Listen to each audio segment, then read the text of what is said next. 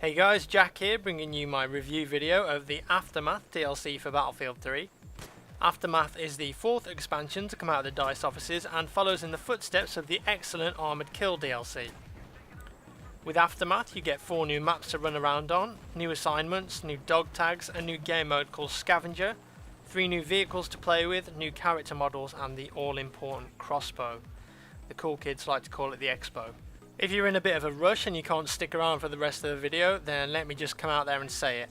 Aftermath is definitely worth your time and money. If you haven't got premium and you like to pick and choose your expansion packs, Aftermath stands alongside Back to Karkand and for me ranks as the best BF3 DLC to date.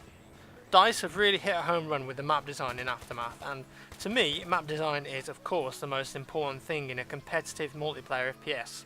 You can have all the awesome graphics and gun mechanics you like, but if you have poor map design it all goes to waste.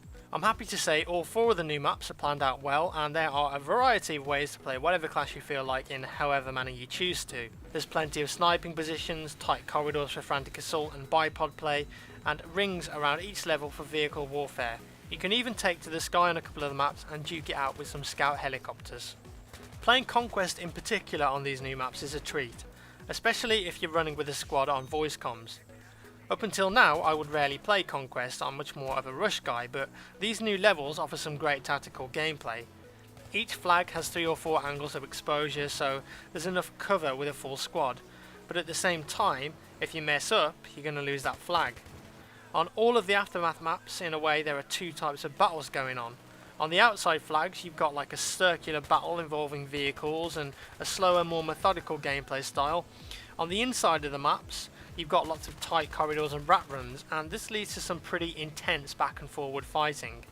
But when you finally get hold of a couple of flags in the middle of a level, the feeling of satisfaction is great. You feel like all your hard work's paid off. There really is an option for every player here, and DICE have done an excellent job of catering to all the classes. As usual, the art design of the levels is fantastic. Aftermath has some of the most visually appealing maps in Battlefield 3, and if you're playing on ultra graphics on PC, prepare to have your mind blown. I do feel, however, that a couple of the levels are a bit too yellow. This is a minor gripe and something that doesn't affect gameplay much, if at all. It's obvious they've gone for a sun-baked harsh feel, but I think on Markaz Monolith in particular they could have toned back the sunny delight a little bit. Like I said though, this isn't going to affect gameplay, and I would rather take good level design than artistic flair. Look at Close Quarters for example, some of the most graphically appealing multiplayer maps in any video game ever, but I don't think they were designed as well as they could have been. Far too many angles of exposure at the choke points and the flags. You were always being shot in the back. But with Aftermath, you get the excellent visuals and excellent map design. Everyone's a winner. One thing I thought could have been added to the levels though was a dynamic earthquake event. Let me explain to you what I mean by this. So as it stands in Aftermath, occasionally a little earthquake will occur. It's a cool effect, your screen shakes and rubble falls off the buildings that can potentially kill you if you happen to be in the wrong place at the right time. It's a quirky addition that isn't overused in any way. However, what I was expecting was something more. I was expecting a big earthquake event that would change the design of the level. So you'd be playing in a match, halfway through a massive earthquake goes on, entire buildings fall down and the whole dynamic and layout of the map changes. Now that sort of thing would be cool, and it's something that the DICE designers have talked about in the past. I'd love to see that in future Battlefield games. However, it would be incredibly hard for the level designers to work out exactly what would change, and would essentially double their workload. So a neat idea for now maybe, and perhaps something that we might get in future Battlefield games. So what's this Scavenger Game-Mode all about then? I'm sure many people will just jump into a scavenger game as the first thing they do when they get their hands on Aftermath to test the water and see how it is. Well, an easy way to describe it is Conquest Team Deathmatch with random weapon spawns jotted around the level. The flags cap really quick and it has a very hectic ring around a rosy feel. When you manage to pick up a weapon, you'll find it doesn't have much ammunition in it either, so you'll need to make sure you know where the next weapon is coming from, or alternatively, you can find one of the ammo crates dotted around the levels. I've had some fun matches on this game mode so far, and it's really nice to see such an assortment of weapons being used in game. Instead of the usual M416, M16A3 cluster bomb, you find weapons such as the MTAR, the ACWR and even the M249, with some interesting attachment choices too. However, I did find that I was having a lot of success just using the 44 Magnum instead of picking up other weapons, so please remember that if you play Scavenger, you can pick your pistol before you spawn in, and myself, I would personally recommend the M1911 or the 44 Magnum as the sidearm of choice. Scavenger Mode serves as an interesting game mode that promotes variable weapon use and teamwork.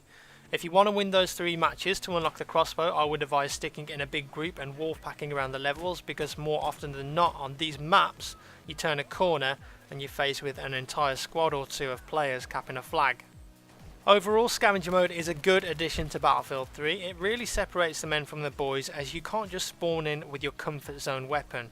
It forces you to work as a team, spawn on squad mates, and to move around the map capping flags and looking for your next pickup. It's also a good place to learn how to use other weapons that you may not have considered in the past. Seeing as I mentioned it earlier, what about that crossbow? Is it overpowered? Is it underpowered? When are we going to see the first 360 no-scope quadruple headshot kill on an upside down tank? These are the important questions that need to be answered. The sort of thing that troubles the mind of a Battlefield 3 player. Well, it's definitely not overpowered. On infantry, it isn't always a one-shot kill depending on the rage, and it has a boatload of drop on it. So it actually takes some skill to use this thing. You can't just run around hit scanning people. Also, it takes bloody ages to reload a bolt, so if you miss your first shot and get rushed before you switch to your primary or secondary weapon, you're going to get killed by a good player. The explosive bolts do significant damage to scout helicopters and light transport vehicles, but at the same time, you're not going to be taking out tanks with ease. So, does that mean it's underpowered? Well, no, not at all. If you know how to use this thing, it can be extremely deadly. The standard bolt is a one-shot kill anywhere but the legs, providing the enemy is less than 20 meters away, and you can nail people with headshots that are far away by using the balance bolt. So what has the Expo got going for it? Well, primarily it's fucking cool and a lot of fun to use. It's incredibly satisfying to bang someone in the face with this thing and watch them ragdoll backwards. The sound it makes is fantastic, the way it looks is brilliant. It's also a stealthy weapon because it's so quiet, and you also don't appear on the minimap when you're shooting it.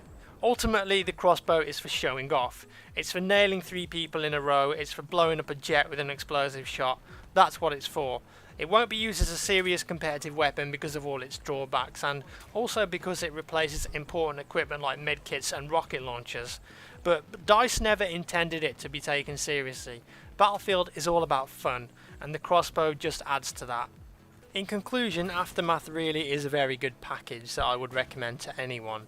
If you've stopped playing BF3, come back again and give it another shot. Personally for me, it's breathed new life into Battlefield 3. I've become addicted once more to scrambling around levels with a squad, ducking in and out of cover and blowing helicopters out of the sky. This is the sort of multiplayer experience that you can only get in a Battlefield game, and it's obvious that DICE have paid extra attention in Aftermath to the level design and balance.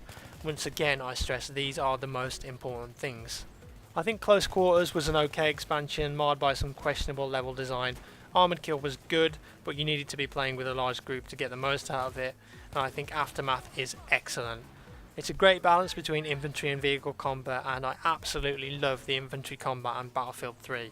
For me, it's the best BF3 DLC to date. It's even better than Back to Karkin, and I've only played it for about 8 hours, so I've barely scratched the surface. Everything from the look of the new characters, the graphics, the collateral crossbow kills, there's no bullshit vehicles or perks. It's just a fantastic package, and I'm certain most of my Christmas holiday gaming time will be taken up by Aftermath. Thanks for watching the video, guys. I hope this helped you in your decision to pick this up or not. Leave me a rating if you enjoyed it, and I'll see you in the next one.